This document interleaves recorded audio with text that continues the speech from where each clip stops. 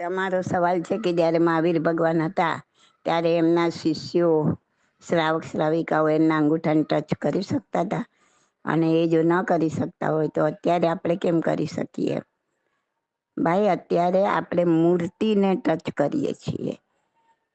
જ્યારે સદેહે હતા, એમણે દીક્ષા લીધેલી હતી, ત્યારે શ્રાવકો અને શિષ્યો કરી શકે, પણ શ્રાવિકાઓ અને શિષ્યાઓ ના કરી શકે, કેમ કે ત્યારે એ સંપૂર્ણ બ્રહ્મચર્ય વ્રતમાં હોય. એટલે એમને જે શિષ્યો હોય, શ્રાવકો હોય, એ એમને ટચ કરી શકે અંગૂઠાને, પણ એમની રજા લઈને. એમના અનુગ્રહમાં, હું તમારા અનુગ્રહમાં પ્રવેશ કરું એમ એમને પૂછે, અને ભગવાનની રજા હોય ત્યારે એ એમના અનુગ્રહમાં પ્રવેશ કરે. 3.5 હાથ સુધીનો અનુગ્રહ હોય ત્યાં સુધી પ્રવેશ પણ ના કરે, અને પછી એમના અંગૂઠાને એ નમન કરી શકે.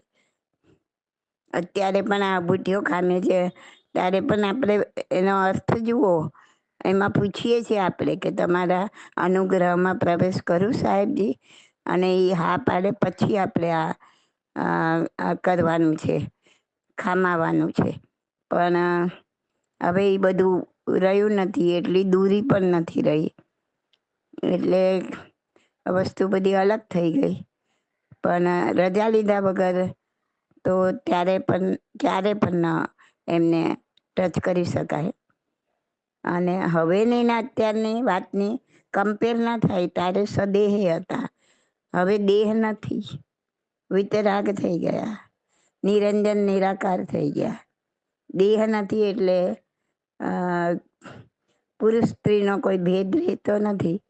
અને હવે એમને તમે ટચ કરી પણ ના શકો. તમે એમની મૂર્તિને ટચ કરો છો તો એ વસ્તુ આખી અલગ થઈ ગઈ. મૂર્તિને આજે કોઈની મૂર્તિ હોય કે કોઈનો ફોટો હોય, તમારા ઘરમાં તમારા કોઈ પણ સગાવાળાનો ફોટો છે, એ ફોટાને તમે ફાડી નાખો, ફેંકી દો. એની મૂર્તિ હોય તો એને તોડી નાખો, તો શું એ માણસ મરી જાય છે? તો માણસ સદેહે અને મૂર્તિ અને ફોટામાં તફાવત છે. તમે આટલું સમજીને અત્યારની જે પ્રણાલિકા છે, એ જે સંપ્રદાયમાં હોય એ સંપ્રદાયની પ્રણાલિકાને પાળવાની. બાકી એમાં બહુ આપણું મગજ દોડાઈને ઊંડા ઉતરવાની જરૂર નથી. કારણ કે આ પણ જે પૂજા વિધિ બી જેને બતાવી છે, મોટા આચાર્ય મહારાજો હતા. એમને બી કાંઈક સમજી વિચારીને બધું આપ્યું છે, એમને એમ નથી આપ્યું કે માણસો સાવ ભટકી ના જાય. જો આટલું પણ ના આપ્યું હોત ને તો સાવ ભટકી ગયા હોત. તો સાવ ના ભટકી જાય અને માણસ એટેચ થઈને રહે, અને એમ કરતાં કરતાં એમાંથી કંઈ પામે. આ બધી ભાવનાથી આ આપેલું છે.